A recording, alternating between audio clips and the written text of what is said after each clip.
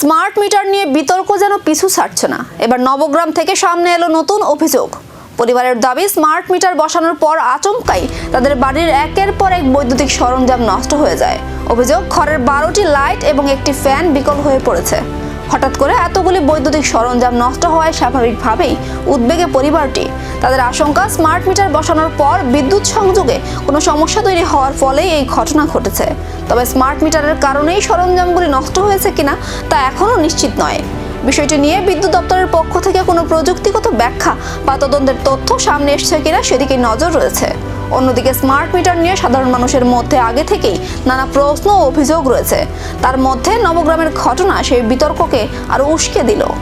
আমি কইছি আমার পুরান মিটার ভালো, আপনারা স্মার্ট মিটার লাগাইন না। তারপরেও তারা জোরে লাগাই গেছে, তারা এর আগে লাগানোর সময় আমি যখন দিছি না লাগানোর লেগে, তখন তারা আমার বাড়ির লাইন কাটতে দিয়ে গেছে। তো কাটতে যখন দিয়ে গেছে তখন আমি তো বাড়ি একটা বুঝি কম, তখন আমার ছেলে ছেলের আমি কইছি এই ব্যাপার, বাবুরে আর তো লাইন কেটে দিয়ে গেছে এই ব্যাপার।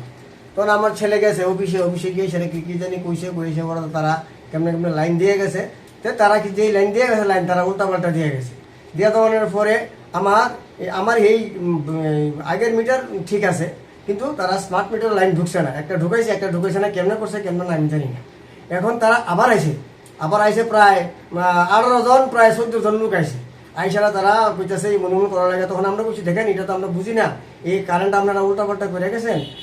আমরা এই মিটারের ব্যাপারে আমরা পিটিশন দিয়ে রাখছি, সেই পিটিশন মীমাংসা না পর্যন্ত আমরা মিটারে হাত দিবেন না।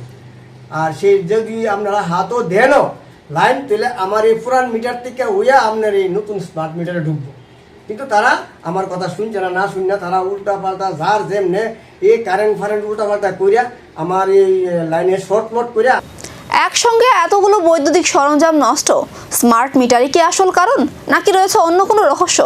উত্তর দেবে তদন্তই।